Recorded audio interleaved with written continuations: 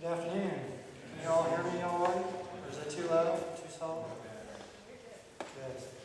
Thank you all for coming. Me and my wife, Sigrid, are very happy to be here. It's kind of like, yeah, we did take our vacation time to come here, but man, where else would you rather go? We've never been here to Lake Alaska before, and it's really beautiful country here in North Carolina. My wife said it was monotonously beautiful. Everywhere you go, it's always beautiful. So, anyway, I'm very happy to be here.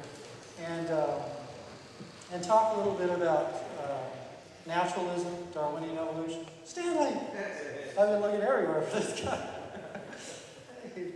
Anyway, so start a little about naturalism, Darwinian evolution, and creation. And my own struggles started, I guess, when I was a child with this. I remember in grade school asking my parents, we have red roses, and we have blue roses, and we have yellow roses, and we have pink roses, and everything in between, and you can start with one, and you can get another one, and we have all these kinds of dogs and cats, and all the dogs started with the wolf, right? And then it went off on these various directions, and you got all these different kinds of dogs, and I was like, why can't you just make these little changes add up more and more until you get everything? That made a lot of sense to me, even as a child. And to be honest, my parents couldn't answer that question to my satisfaction, neither could my teachers. And that's true through grade school, high school, college. I'm sorry. Is it echoing? You can't hear me? A little better? Is there any way to fix the sound system? I don't know how to do it.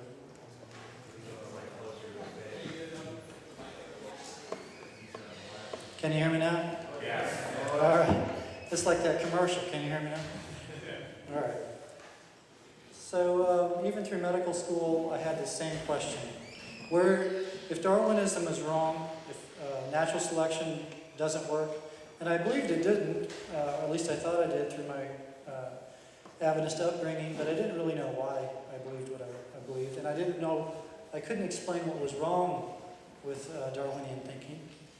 And so my medical school was paid by the Army, and I did 4 years with military service.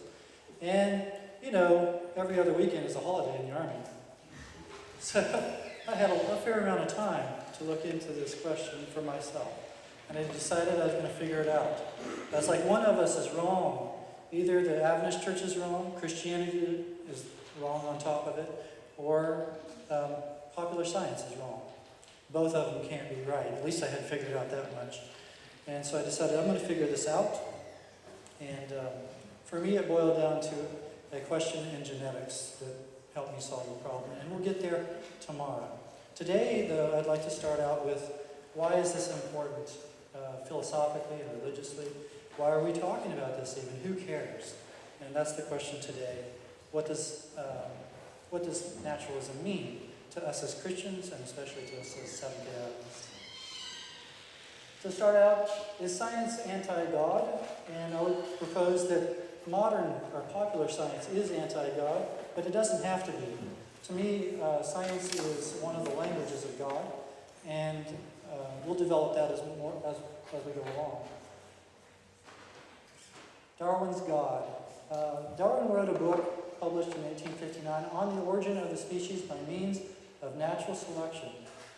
There were evolutionary views before Darwin, but Darwin was the first one to put everything together and explain it with a mechanism, and the mechanism he came up with is called natural selection. The rest of the title of the book that you usually don't hear, but which I think is interesting, is called "Or the Preservation of Favored Races in the Struggle for Life."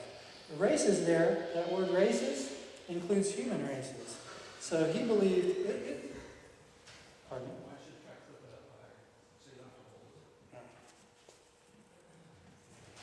Is that good? As high as I can do? Is that good? That's all right. All right. So it's kind of racist, basically, just to start out with. Darwinism is pretty racist.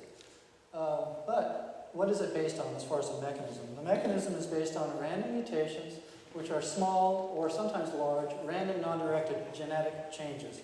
If you don't understand evolution genetically, you really can't understand evolution. That's unfortunate because genetics is difficult. But we'll try to make it fairly simple. It doesn't have to be difficult. Natural selection, it's real. It happens. It's a real brutal force in nature that in each generation mindlessly selects the strongest preferentially to survive and reproduce the next generation. So if you're weak, you either get eaten or killed in some other manner, and you just don't reproduce your kids as good as the next guy who's stronger than you. You know, and so it happens. It's a real brutal force of nature. It's otherwise known as survival of the fittest. And we see it every day all over the place. So what are the implications of this mechanism of Darwinian-style evolution? Well, according to some, like Richard Dawkins, how many have heard of Richard Dawkins? He's like the poster child for, he's a professor at Oxford. He has an endowment to go and promote the teaching of mainstream evolution and popular science throughout the world. And he gets millions of dollars every year to do this. He writes, although atheism might have been logically tenable before Darwin, Darwin made it possible to be an intellectually fulfilled atheist. Okay, so what does that mean? It means that if Darwinism fails, if you disprove Darwinism, what happens to atheism? You can't be intellectually fulfilled as an atheist anymore, right? Does that make sense?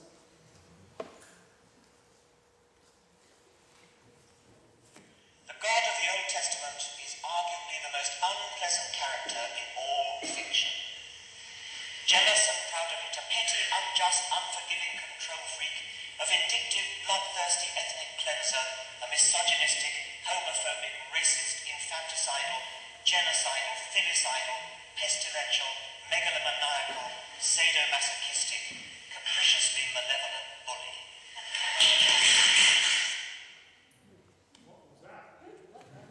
I know that was probably hard for you all to hear. Let's see if we can get through that without playing it. Okay. If you didn't hear that really well, it's in his book, his latest book, The God Delusion. And he's basically saying the God of the Old Testament is evil. He's a sadistic, malevolent bully. He just likes to go around and kill everybody who doesn't agree with him. And it's basically tell us how you really feel, you know, about God or about Christianity in general.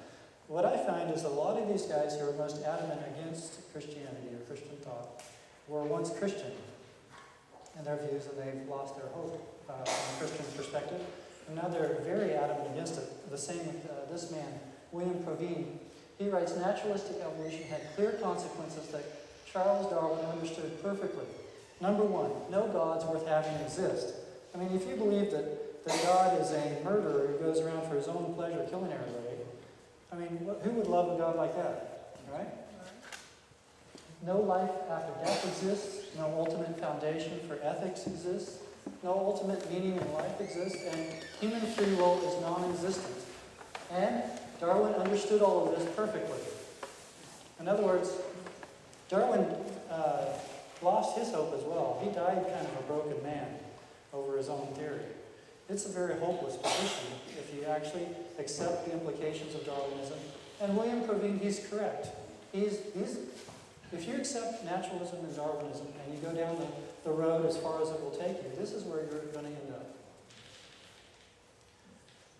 up. George Gaylord Simpson, he's a professor of vertebrate paleontology museum and comparative zoology from Harvard. He writes, man is the result of a purposeless and materialistic process that did not have him in mind. He was not planned. He is a state of life, a form of life, a sort of animal, a species on the order of primates akin or nearly remotely to all life, and indeed to all that is material. In other words, you're not related to God. You're not God's child. You're the result of mindless random chance. It didn't have you in mind. It doesn't care about you. Carl Sagan, famous astronomer and author, he writes, the secrets of evolution are time and death. Time for the slow accumulations of favorable mutations, and death to make room for new species. That's, he looks kind of happy about that too, huh? Time and death, yay! Now, what's also interesting about him is he writes later on, he said, I personally have been captured by the notion of extraterrestrial life, and especially by extraterrestrial intelligence from childhood. It swept me up, and I've been involved in sending spacecraft to nearby planets to look for life in the radio research of extraterrestrial intelligence. So he wants there to be life somewhere else. He doesn't want us to be alone in the universe. It's also interesting to me that as long as God is not involved in the picture, he doesn't mind there being other intelligences besides human intelligences. Even if we're the origin of another intelligence, that's fine with Carl Sagan, just don't call it God. George Wald, he's a Nobel Prize in physiology. He wrote The Origin of Life, a famous text. He writes, "Time is the hero of the plot. The time with which we have to deal is on the order of 2 billion years. Given so much time, the impossible becomes possible, the possible probable, the probable virtually certain. One has only to wait. Time itself performs miracles." Now, is that true? I mean, 2 billion years, that's a lot of time, right? But as I'll explain later on, 2 billion years is a drop in the bucket compared to the time that we really need. 2 billion years really isn't enough time. Dawkins again. "It's absolutely safe to say that if you meet somebody who claims not to believe in evolution, that person is ignorant, stupid, or insane, or wicked, but I'd rather not consider that." So, is that true? Everybody who asks questions about evolution is either ignorant, stupid, or insane. No one can possibly question evolution without being completely off their rocker. So, I mean, let's just look at this question. Is Dawkins just kind of exaggerating here? Here's a few people who are ignorant, stupid, or insane. Here's Richard Smalley. He's the winner of the 1996 Nobel Prize in Chemistry. He actually spoke in the keynote address at Tuskegee. "Evolution has just been dealt its death blow. After reading Origins of Life by Rana and Ross, with my background in chemistry and physics, it is clear that evolution could not have occurred." Now, is this guy just ignorant or stupid? Here's Michael Behe. He's fairly famous now because he wrote a book, Darwin's Black Box. He writes, "Molecular evolution is not based on scientific authority. There is no publication in scientific literature, in prestigious journals, specialty journals, or books that describe how molecular evolution of any real complex biochemical system either did occur or even might have occurred. There are assertions that such evolution has occurred, but absolutely none of these are supported by pertinent experiments or calculations." And he's a biochemist. Does he just not know what he's talking about? Did he miss something in his education? Here's Charles Howard Towns. He's a Nobel Prize winner in physics, UC Berkeley professor. He writes, "Intelligent design, as one sees it from a scientific point of view, seems to be quite real. This is a very special universe. It's remarkable that it came out just this way. If the laws of physics weren't just the way they are, we couldn't be here at all. Some scientists argue that, well, there's an enormous number of universes and each one is a little bit different. This one just happened to turn out right." Well, that's a postulate, and it's a pretty fantastic postulate. It assumes that there really are enormous numbers of universes and that the laws could be different for each one of them. The other possibility is that ours was planned, and that's why it came out so special. Now, this guy, he's a professor at Berkeley. He's a Nobel Prize winner in physics. Does he just not know what he's talking about? Fred Hoyle. This guy here, Sir Frederick Hoyle, he's the one who came up with the Big Bang Theory. Did anybody know what hear that theory before? This guy, Rick Ramsing, he's a mathematician who's world famous. Both of them together wrote in their book, Evolution from Space, no matter how large the environment one considers, life cannot have had a random beginning. From the beginning of this book, we have emphasized the enormous information content of even the simplest living things.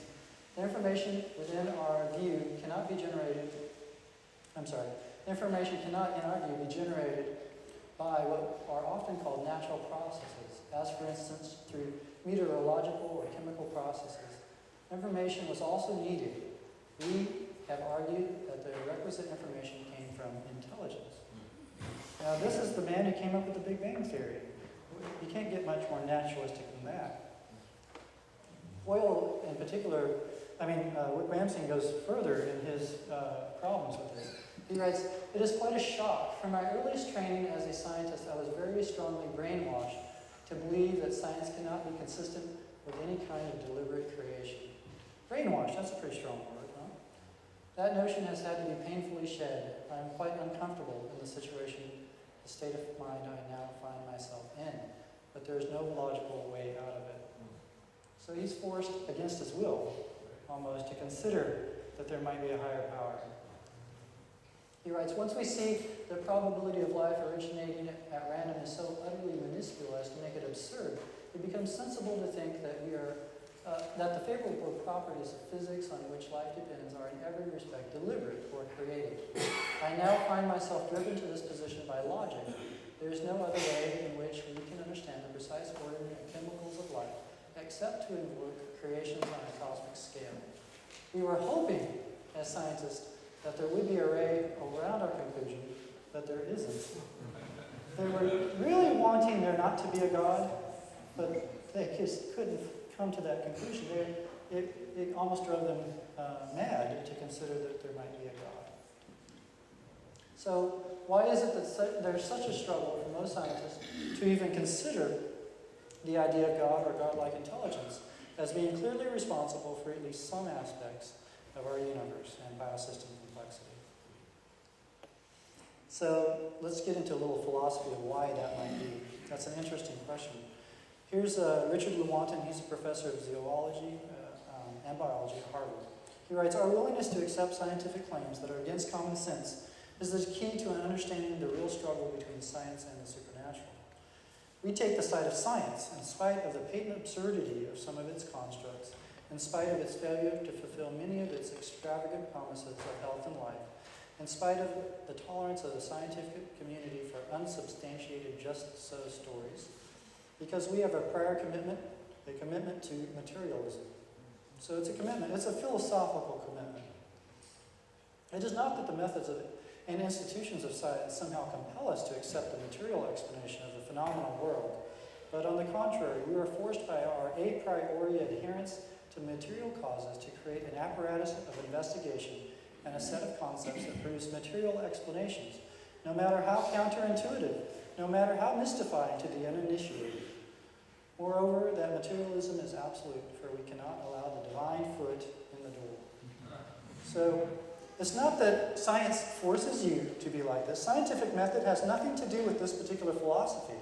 It's just that in order to be part of the club, to be initiated, you have to accept this philosophy in order to be accepted as a member and receive rights of publication. If you try to publish as a creation scientist, you will not publish. That's at least not on this particular topic. I myself, I've published in mainstream science journals, some of the best in the world. I've published 12 papers independently on my own, but not on evolution. I've published in pathology and medicine. But when it comes to trying to publish on evolution, trying to challenge evolution, it's very, very difficult, if not impossible.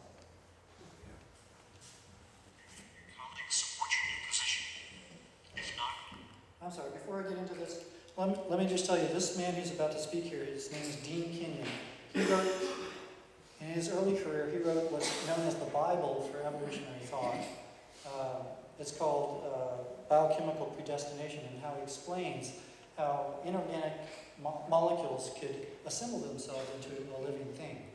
And then one of his students one day asked him a question, and he changed his whole outlook, and now he's a creationist.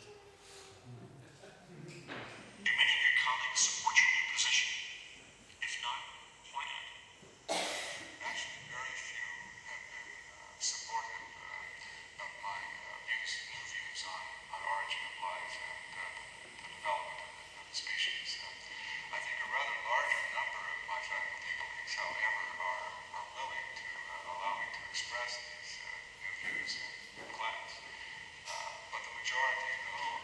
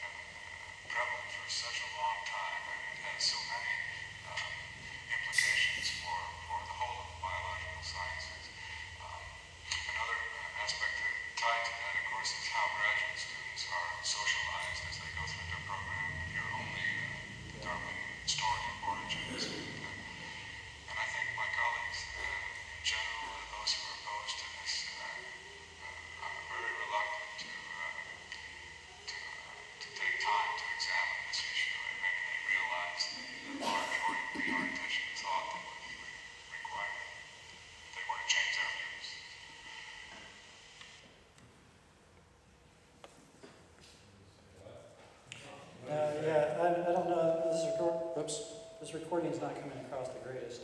But basically, just to summarize, he's trying to explain why his colleagues don't understand things the way he does. And he basically says it's because they got trained all the way from grade school, all the way through graduate school. They've only heard one side of the story. They've never considered the other options that are available. And what caused him to change his views is one of his students asked him, what's the point of DNA? If you don't need DNA, I'm sorry? Someone said something. If you don't need DNA to self-assemble, why is it there?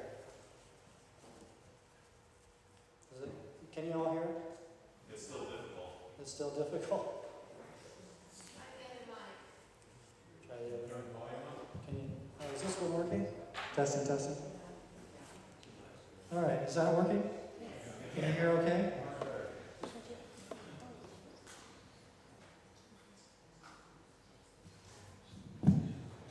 Okay, is that better? Okay. So it's basically, he asked him what's the point of DNA, and he couldn't figure it out. What's that? Put it on the stand, because you can drop. And pull the stand over in front of your mouth. Can you hear it like this? I'd rather hold it if it's okay. That my angle way up. All right. We'll get it. By tomorrow, it'll be perfect. All right. So Dean Kenyon considered this question, and he couldn't solve it. And it frustrated him for about 5 years, and finally he just changed his mind and gave up. And he said, there must be a creator.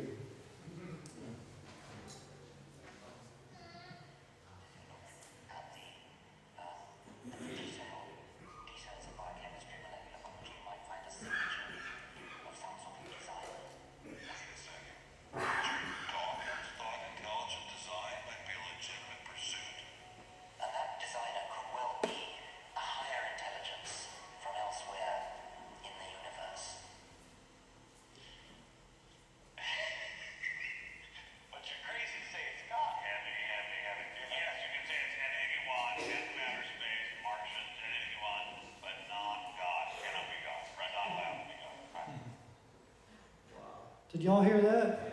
Richard Dawkins said it's fine to have human life and all life on this planet be created as long as you don't call it God.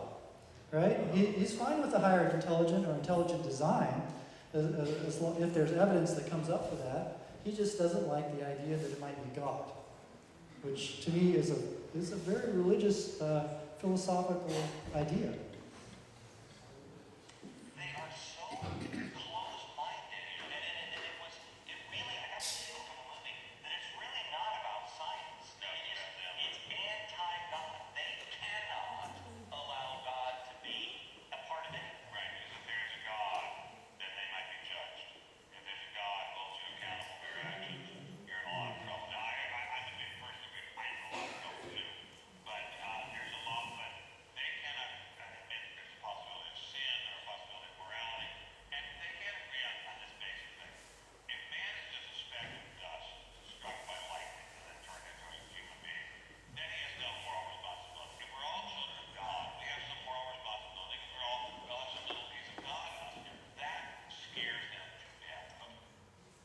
Did y'all hear that?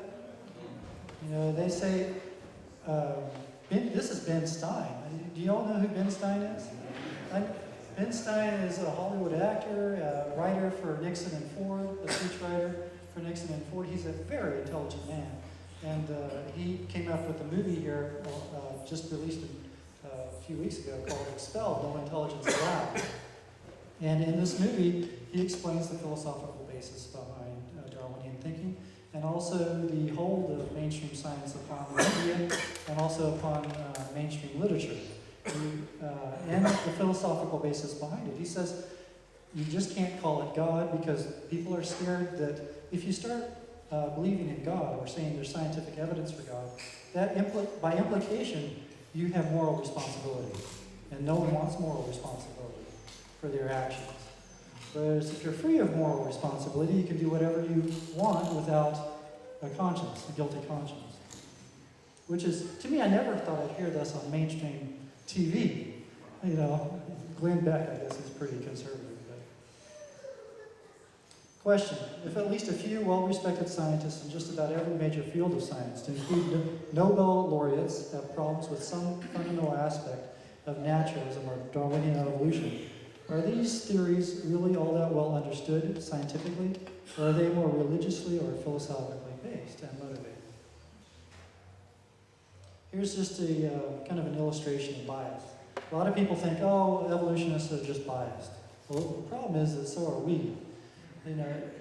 No one can avoid bias. The best I think we can do is be aware of it. We're all biased to one degree or another by our background, by our experiences, which may make us miss some key aspect of the truth.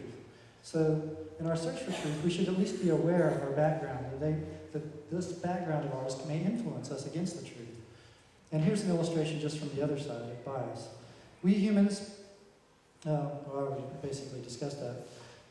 Scientists are not free from this, and neither are theologians or philosophers. For example, around the time of the Scopes and Monkey trial in 1925, is a famous trial of evolution, teaching evolution in Tennessee, Osborne chided Nebraska native William Jennings Bryan in the press. He wrote, "The earth spoke to Bryan from his own state of Nebraska. The I can't even say this word, Hesperopithecus tooth is like the still small voice. Its sound is by no means easy to hear. This little tooth that speaks volumes of truth, and that it affords evidence of man's descent from the ape." Okay? And that was at the Scopes Monkey trial. They tried to bring this into evidence, but the judge wouldn't allow it. Later on, here's a drawing. Here's the Nebraska man and his beautiful wife. And here's all they had to go on to make this drawing, right? So Osborne wrote about this drawing. He says, "Such a drawing or reconstruction would doubtlessly be only a figment of the imagination, of no real scientific value, and undoubtedly inaccurate." But we just heard him say this tooth was evidence of man's descent from the ape, right? So how inaccurate is this tooth? Well, a little bit later, they went around digging in the same area. They found that this tooth belonged to a pig, an extinct pig. It was pretty inaccurate. Here's another example. And just last year, August of 2007, they found this skeleton here of Homo habilis. Now, Homo erectus is supposed to evolve from Homo habilis, but they found now that this skull was in the same layers as Homo erectus. So then that threw everything out of whack. They couldn't have evolved from one another because they both were exactly right next to each other. So they write, overall what it paints for human evolution is a chaotic kind of looking evolutionary tree rather than the heroic march that you see in the cartoons and of early ancestors evolving from some intermediate and eventually into us. So now all those little diagrams that you've seen, that's all out of whack, at least when it comes to human evolution. So did that kind of mess them up when it comes to evolutionary theory? Susan Anton of New York University, she worried that anti-evolutionists would use this information to show flaws in the overall theory of evolution. Now, good call. It's like, she writes, "This is not a question of questioning the idea of evolution at all. It is refining some of the specific points." Anton said, "This is a great example of what science does and religion doesn't do. It continues to self-test itself, a self-testing process." Now, if she's right, if religion doesn't self-test itself as we go along, if we learn nothing over time, even our religious experience and growth, we have a problem. I think religion should be a science. We should test our own self and ask us why we believe what we believe over time and be solid in our faith. And if we're not, she's right. Okay? Dr. David Philby, an anthropologist from Harvard, made some very interesting comments as well. This is a little bit a while back, so 1978, but they're very interesting comments nonetheless. He writes, "My reservations concern not so much this book," he's discussing origins, "but the whole subject of methodology of paleoanthropology. But introductory books or book reviews are hardly the place to argue that perhaps generations of students of human evolution, including myself, have been flailing about in the dark, that our database is too sparse, too slippery for it to be able to mold our theories. Rather, the theories are more statements about us and ideology than about the past. Paleoanthropology reveals more about how humans view themselves than it does about how humans came about. but that is heresy. This is also along the same lines. This is somebody completely outside of the field. This guy is just goes around and interviews scientists as a writer for Nova. Mark Davis. He writes, and Nova did a series not too long ago on Neanderthals. And this Mark Davis went around and interviewed scientists all over the world. And this is what he says about this whole experience that he had interviewing scientists. He said, "I spoke with many Neanderthal experts in the course of making this film, and I found them all to be intelligent, friendly, well-educated people, dedicated to the highest principles of scientific inquiry. I also got the impression that each one thought the last one I talked to was an idiot, if not actually a Neanderthal. The more people I spoke with, the more confusing it got. Listening to archaeologists and anthropologists talk about their work and their colleagues' work, I heard the same frustrations voiced again and again. People are driven by their preconceptions. They see what they want to see. They find what they are looking for. So if you don't want there to be a God, you'll find evidence for there not being a God. No problem. If you want there to be a God, you'll also find evidence for God. No problem. Now, that also boils down, so is God just a happy, good feeling that we want to be there so we believe in him? Or is there a little bit of science to it as well?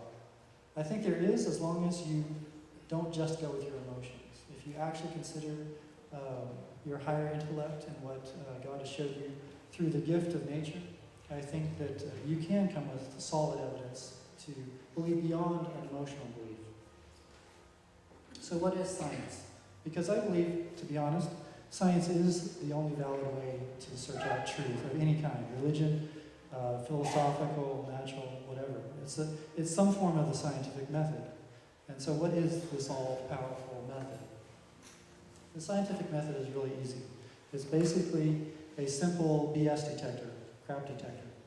It says, basically helps you figure out what's not true versus what might be true. Because you can never actually define what is absolutely true. You can only say what's not true. And that's what scientific methods helps you do. It's, some people have different versions, but this is the basic version. So first you make an observation. You use that observation to make falsifiable predictions as to what will happen in the future. You then test the prediction to see if it actually successfully avoids falsification, to see if it actually comes true. If the prediction avoids falsification, the hypothesis gains predictive value. It is more likely that the prediction will continue to be true than it was true in the past. And if the prediction fails, the hypothesis must either be modified completely in favor of a new hypothesis or completely discarded. And the Bible actually has the same method. It says, if what the prophet says comes true, you believe the prophet, right? You test the spirits. If the spirits, what they say doesn't come true, or they don't correspond to the word, then there's no light in them, right? It's a scientific method. Sir Karl Popper, he's one of the most influential philosophers of the 20th century. He wrote, any hypothesis that does not make falsifiable predictions is not science. Such a hypothesis may be useful or valuable, but it cannot be said to be science unless it can be proven wrong, or has the potential to be proven wrong. So why did he come up with this? The reason why he came up with this is because he went to a lecture given by Einstein, and he noticed something interesting about Einstein's theories versus theories like Marx and Freud. Einstein's theories were extremely risky, while Marx and Freud were not, and that they explained too much. In other words, if you said, well, I was dropped as a child, therefore I hate my mother, right? Something like that. Versus somebody, well, I was dropped as a child too, and I loved my mother. And Freud will say, well, he could explain it away. Well, your mother may have gave you an extra teething ring or something.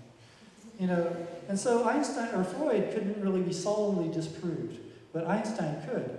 Einstein's theories, you could say, well, if the Mercury doesn't precess at exactly this time next year, then Einstein's wrong. And so Einstein's theories were very falsifiable. And therefore, when they held to be true, they were much more reliable and predictable as far as what would happen again in the future. Well, I predict because Mercury was here last year, that next year Mercury will be right there. And so they're more reliable, they're more useful as scientific theories. So what's a non-scientific prediction? There are such things. For example, dinosaurs and birds both share lots of features. Therefore, you can make a hypothesis dinosaurs and birds have a common ancestor, which is believed in mainstream science. The prediction then is a link between dinosaurs and birds will be found sharing additional features like feathered dinosaurs. Is that prediction falsifiable? Can you disprove that prediction? Like, eventually I'm going to find a feathered dinosaur. Can you ever disprove that? This side of eternity? Right? So it's not really falsifiable in practical time. Does that make sense? So is that a scientific theory? No. At least not according to Popper, if you ask somebody like him. Scientific hypothesis. Now I can get really mundane with real scientific hypotheses to explain how easy science is to apply to all kinds of situations. For example, let's say I go to Las Vegas and I see that someone rolls double sixes, and I happen to be scratching my nose. Therefore, I predict that every time I scratch my nose, double sixes will be rolled. Is that a prediction? It's a prediction. Is it falsifiable? Yes. Is it a valid scientific hypothesis? Yes. It's a valid scientific hypothesis because as soon as I roll, let's say, a 2 and a 5, is that a double six? No. Is my hypothesis falsified? Yeah. So that's a valid scientific hypothesis. What if I did happen to roll double sixes every time I scratch my nose? Would it gain predictive value? Yes. I might not know why it happened. Maybe somebody in the camera is watching me, they're playing a trick on me. But every time I scratch my nose, if I roll a double six 100 times in a row, I can become more and more confident that maybe my hypothesis has some value. And very rich. So let's see if we can use this idea to see if we can detect God's signature in nature. For example, if God does exist, perhaps he could act in a way that we could detect him as both deliberate and intelligent, if he wanted to be detected. God could be detectable as any other intelligent natural agent is detectable, like anthropology, say, science, all that stuff. But some people argue that that's not faith. In order to believe in God, like God really wants you to consider him, you have to really trust and believe him based on faith. But my idea is that blind faith is worthless. I have a different definition of faith. To me, someone's faith or my faith increases when I see greater evidences for God. Okay, so blind faith isn't helpful. It's more like Paul said, faith is based on the evidence of things unseen. Right? You don't have to necessarily see an atom to know that it exists, but you have to see a bunch of other physical things, something else to base your belief on, that you can see and touch and feel. And I think God gives us that kind of evidence as well. So if the basic notions behind naturalism and evolution are true, detecting God as deliberate or intelligent would be difficult. You know, if Dawkins is right, if all these evolutionists or scientists are correct, if God only uses natural law to act that are less than human capabilities, finding God would be very hard. If disinterested, mindless laws of nature can explain everything with overwhelming predictive value, how then can one detect intelligence of any kind, much less God? Some mainstream scientists do claim to be able to detect deliberate artifact when it comes to human or even alien action, which is interesting, but we can't detect God. You know, for example, search for extraterrestrial intelligence, or SETI. Anybody ever heard of that? You know, we're searching for extraterrestrial intelligence outside of this earth. As long as we don't call the Eddie God, we're okay, right?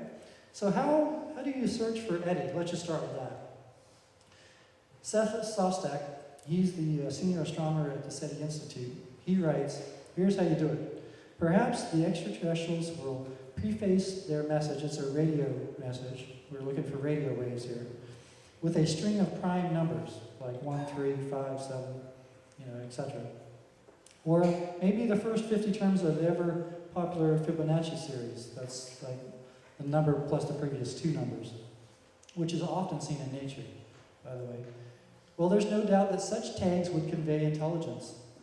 Okay, so if you see such mathematical tags, intelligence, right? That's what he's saying. As long as it's a radio wave. So here's Charles Thaxton, Bradley Walter, and Robert Olson. They say, why then doesn't the message sequence and DNA molecule constitute prima facie evidence for an intelligent source? After all, DNA information is just is not just analogous to a message sequence such as a Morse code. It is such a message sequence. So here we have our special mathematical formula, except it's not in radio waves, it's just in DNA. So what's the difference between DNA and radio waves as far as having a complex message sequence? Let me start even more basic than that. You know what these are? Here? These are crop circles, right? They first appeared in England in the 1980s, somewhere about. And at first, some scientists thought that maybe some weird weather pattern made these. You think? You know, it's funny that regular people thought that they were aliens that made these, or at least some other human that made these. Scientists first started proposing some weather pattern. Sometimes your preconceived ideas make you kind of illogical, even if you're really smart. Who would believe that a tornado came and made that? Okay. Here's another example. These are all granite rocks. Here's some cubed ones. Here's a round one. Here's ones that look like river rocks. Which of these do you think were designed? How about this one? Yes or no? No? This one? Maybe getting close. What about this one? Yeah, that one? Probably, maybe. No. This one, nice polished round sphere. This one here? Okay, you're all wrong. They were all designed. These are actually hollow rocks made to look like granite rocks, the natural granite rocks. They're all designed. Okay? But can you say something special about these ones? These might have been designed or might not have been, right? Nature could have done that. These ones had to have been designed. You see the difference? So now, here's an example. Here's a salt crystal. It's a cube too, just like, and here's a pyrite crystal here. Here's a snowflake that's very geometric, just like those crop circles. Were those designed or not? Deliberately. I mean, did God sit down there and chisel each one out?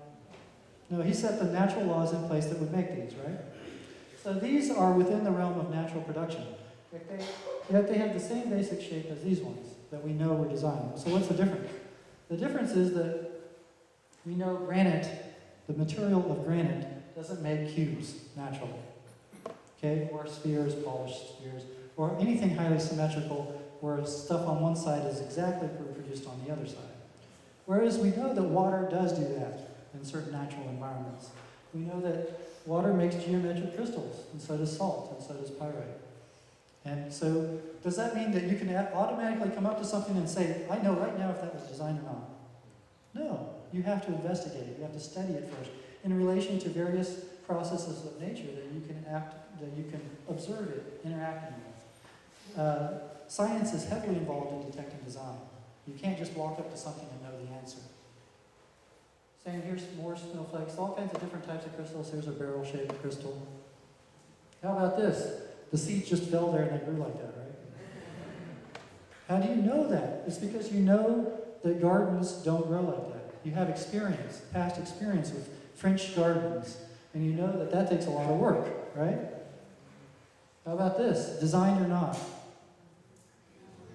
It's designed, right? Planting the natural garden. Right? How about this? A big hurricane came along and shoved all these trees upside down into this beach. In a nice perfect circle with one big one in the middle. Right? No, that's design, right? How do we know that? We know that because we had experience with trees getting shoved around by tornadoes and stuff, at least from us in the South. In California, they might believe this. How about Stonehenge? Stonehenge designed, or did these rocks just kind of get jumbled that way? Okay. So, what about the mechanism of random mutation and natural selection? That's a natural process. It's real. It does happen.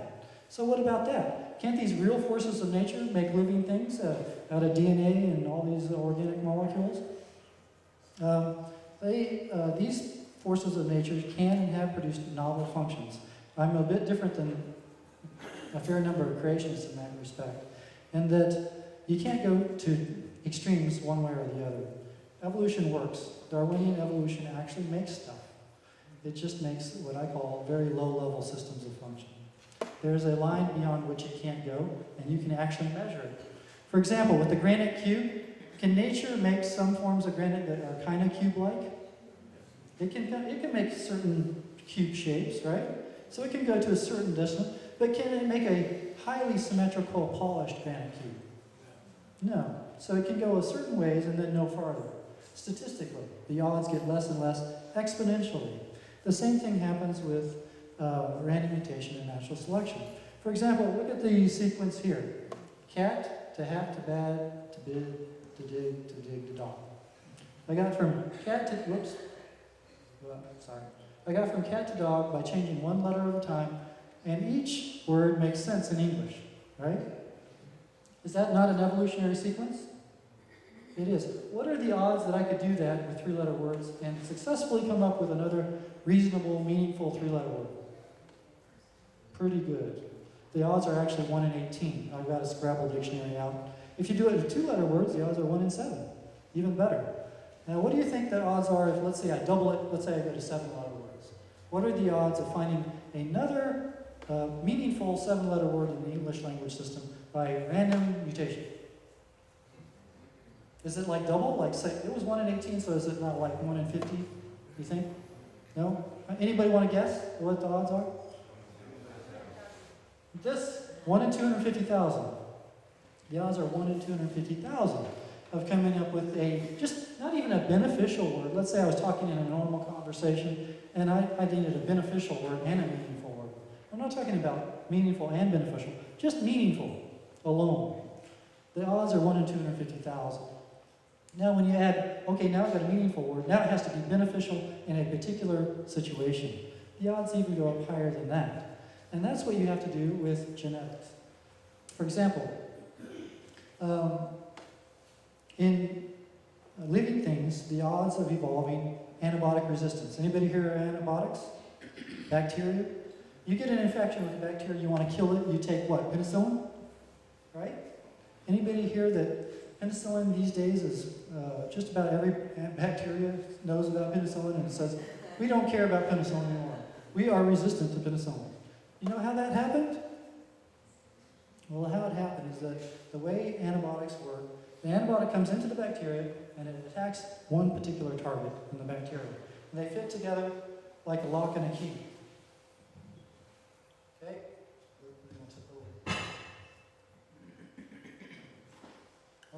Okay.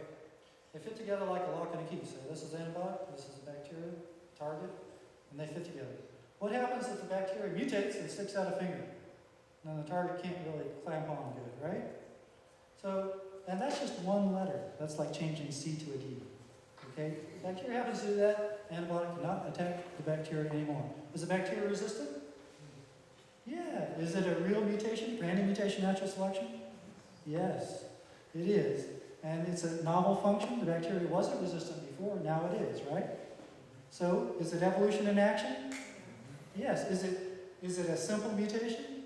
It's just one little character change, boom, it stuck out a finger and now it can't bind anymore. So that's real evolution in action. And there's lots of examples of that sort of evolution in literature. In fact, all of the examples you'll find in scientific literature are that sort of thing. Every example of something new evolving in literature, scientific literature, involves less than 1,000 characters called amino acids. If you look for an example, actually it's actually less, the biggest I could find is only a few hundred amino acids. And so I just draw the line at 1,000 because nothing even comes close to 1,000. If you say, show me a system evolving that requires at least 1,000 amino acids working together at the same time, show me an example of evolution doing that. There's not one in all of literature, and I've looked for 10 years. And I've debated people all over the world, scientists all over the world over this, and no one else has found me an example of this either.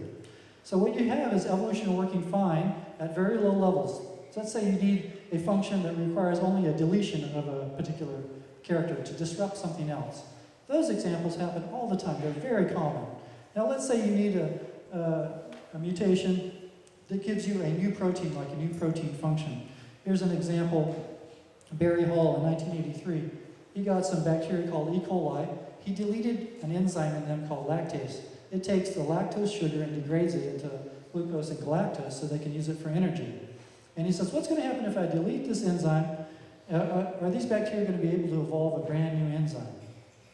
And so he did this, and he grew them on lactose-enriched media, a nice selective environment. And sure enough, the bacteria evolved a new enzyme that did the lactase function, the same as before.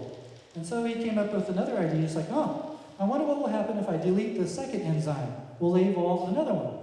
Right? That makes sense. And so he deleted the second enzyme, and they didn't evolve any more lactases. And what happened, he observed them for 40,000 generations, which is more generations than we supposedly took to evolve from apes. And they still didn't evolve this simple little, and lactase is only about 400 amino acids in size. Only requires 400 amino acids, and it doesn't require them to be very specifically arranged either. Kind of jumbled up 400 amino acids. Not very specific, and they couldn't evolve it in over 40,000 generations. And so he got frustrated, and he says, wait a minute, these bacteria have limited evolutionary potential. And so he's like, so what is it that makes limited evolutionary potential? And I propose to you is that 400 amino acids, 400 characters, is about at the limit of what is evolvable statistically in nature. You go a little bit beyond that, nothing evolves beyond that. And you get to 1,000, suddenly you're into the trillions of years of average time that you need. Not just 2 billion, remember the 2 billion at the beginning? Statistically, it's trillions and trillions of years, just to evolve simple proteins that work by themselves. So, another point I have to make before I kind of conclude here is that every living thing has machines in it. Every living thing, even single-cell organisms, bacteria, every cell in your body has systems that require tens of thousands of amino acids working together at the same time. Tens of thousands, just for one system. And I'll show you a picture of one of these here shortly. So it's kind of like a spectrum. Here you can have deliberate and non-deliberate processes making stuff. Can I make stuff that nature can make, like amorphous rocks? Yeah, right? Nature can make that too, okay? So then you kind of move on out. Is there stuff I can make that nature can't make? Right, like highly symmetrical polished banded cubes, I can do that. Nature can't. And so there's a spectrum. And is there a nice clear dividing line? No, it's kind of more of an exponential decay curve. You know, you don't know for sure. Once you get out here, you can say, nature may be able to do that maybe 90% of the time, 90 to 10%. And you get a little farther out, the odds are much less. But then you get way out here, and now you're down to, the odds of nature doing that this side of a gazillion years is like 1 in a gazillion. I don't know, right? And so then you say, well, even though I don't know for sure, I can be really confident that nature can't do that. And so then you go over to the design hypothesis. Here's a movie of a bacterial flagellum and those little E. coli. This is a machine that makes it swim. First, the bacteria builds this little apparatus here, this circular ring, and then another one underneath to hold it onto the membrane here. And then it builds the outside of the motor, and then it sends up this little central drive, and then that little drive makes the little cap. Then these are hydrogen pumps on the outside, and as it bores through the wall, as soon as it gets through, then it starts spinning. If it started spinning beforehand, it would blow apart. Then this little cap starts making different sections of the flagellum, and it has to make them in exactly the right order, or else it wouldn't work. Then it goes off, and then another cap comes on, a different kind of cap, to make the next section of the flagellum. And this little cap, it folds the proteins as they come up the hollow tube, one by one, and it does them very fast. This is slowed down so that you can actually see it happen. But it does this at 50,000 cycles a second. And then it starts spinning and it makes these. If you just don't have the cap by itself, the flagellum won't be made. There's some bacteria that have everything else but no cap, and they can't swim. This flagellar apparatus is called a flagellar motor. It requires at least 10,000 codons of DNA, 10,000 amino acids that are specifically coded for it. Nothing like this, no step, none of the individual proposed evolutionary steps for this structure has ever been shown to evolve in real time. There are just hypotheses, just so stories. this happened, and then that just popped into existence, and then that popped into existence. But none of these, no apparatus like this or anything of even close or equivalent complexity has ever been shown to evolve. So, is this not the signature of God? Science allows us to study various materials to determine their natural abilities, and therefore allows us to determine the unnatural activity or manipulation to the point of recognizing the miraculous, even the very signature of God. Christ made the same statement. He says, at least believe the evidence of the miracles themselves if you don't believe my words. The miracles I do in my Father's name speak for me. So, let me ask you a question. Is a simple polished granite cube miraculous? Some people say, no, that's just a little cheesy cube. Right? Is it miraculous? If I made it, would that be a miracle? If I made a cube, would that be a kind of a miracle? No, most people would say no. But what if nature made it? Would that be a miracle? Yeah, it's miraculous from a certain perspective. What if I raised somebody from the dead? Would that be a miracle? Yes, because from my perspective, I can't do that with my natural abilities.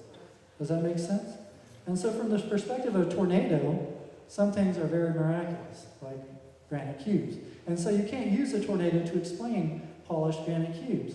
You also can't use a tornado to explain bacterial flagellum. And you can't use random mutation and natural selection either. Just an interesting, one of my favorite quotes from Romans. From since the creation of the world, God's invisible qualities, his eternal power and divine nature, have been clearly seen, being understood from what has been made, so that men are without excuse. Although they claimed to be wise, they became fools.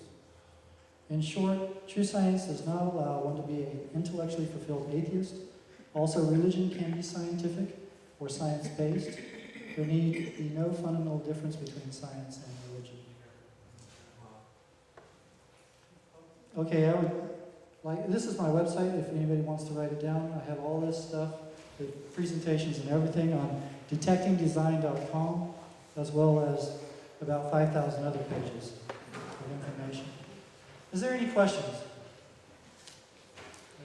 Somebody might have. Somebody has to have some question, because this is my favorite part. Yeah. I applaud you on some extremely careful work. I think you've done a marvelous job. You obviously have a passion for this, and I just encourage you to keep on and communicate as much as you can. And from my own research, I'm a retired cell biologist, and I work in pathology like you do now. And I've been making a study of my own on science and faith. And one of my passions is to research scientists who hold an authentic Christian worldview and could be recognized by anybody as making a major contribution. And I've uncovered at least 50 from AD 490 until the present time. And I'm about ready to add 12 more. And that's just a discovery to reinforce that the idea that scientists are not believers is not true. Yes, that's true. There are lots of scientists that are believers, that are even young earth creationists, mainstream Adventists. There's a lot of scientists who claim to be Christian or Adventists too, that I have a hard time understanding how they can be. But there's scientists who are well respected in their field on the whole spectrum. So. Without having known everything that's ever been made, how can you use irreducible complexity to do away with Darwinism? How to do that? Michael Behe is the first one who coined the term irreducible complexity. I think it's a very good idea, except I think Behe has a little bit of a limitation that he doesn't go far enough with the idea. Behe says that there's some molecular machines that are too complicated to have evolved because you have to have all the parts there at the same time, and natural selection can't do that. Random mutation, natural selection can't get you all the parts there at the same time. Where I think Behe has a problem is that he says that only certain kinds of molecular machines are irreducibly complex. I would argue that everything is irreducibly complex. It's just that, and I would also argue that random mutation and natural selection can indeed evolve irreducibly complex machines, which is a limitation when you're arguing with evolutionists, because they can actually show you examples of evolution in action actually producing irreducibly complex machines. I mean, if you take one part away from a lactase system, there won't be a lactase anymore. Yet we know that it evolves in real time. And so therefore they say, aha, Behe is wrong, completely wrong, right? And what I would say is that no, Behe is just not complete. What happens is that low-level systems, low-level irreducible systems can evolve. But as you move higher and higher levels, where you require more and more and more parts, evolutionary progress stalls exponentially. You see what I'm saying? And so I think Behe's argument is a good one, he just hasn't taken it far enough. The speaker in the room this morning made the statement that many Christian preachers no longer believe in creation. We say, why don't scientists? Well, a lot of religious leaders no longer believe in creation either. It's not that they maybe believe in evolution, but they don't believe in creation. Yeah.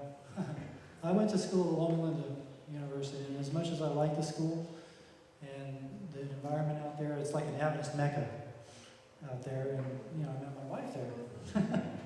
So it's a good place, but it also has something sort of quite shocking to me. La Sierra University as well had an experience there.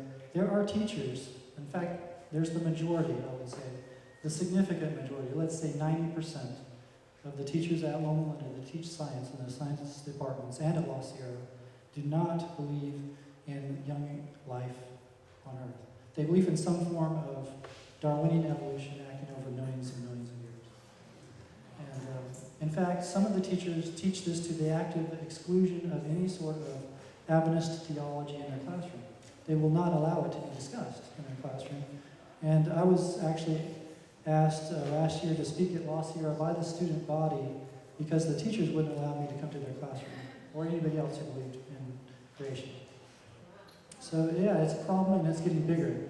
It's a bigger, in fact, anybody here at Adventist Today, the journal Adventist Today? One of the chief editors of Adventist Today doesn't even believe in God at all. He doesn't believe, he's an agnostic. He doesn't really know, he doesn't see any evidence, let's put it that way, for the existence of God. And he publicly admitted this on stage at Loma Linda University Science Conference. And our vice president from the General Conference was there on stage with him. And the GCVP didn't say anything about it. And no one really said anything about it from the audience. So it's an issue, and it's becoming a bigger issue. And many people have left their faith over this, including members of my own family. So, yes, sir. Opposite side of the coin of that, have you read Gary Swartz's God Experiments? It's a PhD from Harvard, Yale, and he, of course, went through the schooling and the discipline there in evolution. His whole bias and slant was in that direction, but it did not add up in his mind as a mathematician, as an engineer, and a scientist. And he goes through his book how he progressively worked up where he can do his own conscious and his skills in the scientific method, including randomness, which he deals with in his book. He said that he is convinced that there is definitely a God, and he even gets into having a personal God. So he came out of that type of milieu to go down the direction that you're suggesting. Yeah, there's a lot of examples of that. I haven't personally read his book, but there's a lot of scientists who have done that, come out from completely mainstream training, from evolutionary thinking, and have come all the way to personal God, and even Christianity, Seventh-day Adventism. Walter White is a famous example. He started out Catholic, then went atheist, and now is an Adventist, all because of the scientific basis for evolution versus creation. Along that line, what he mentioned and the point you made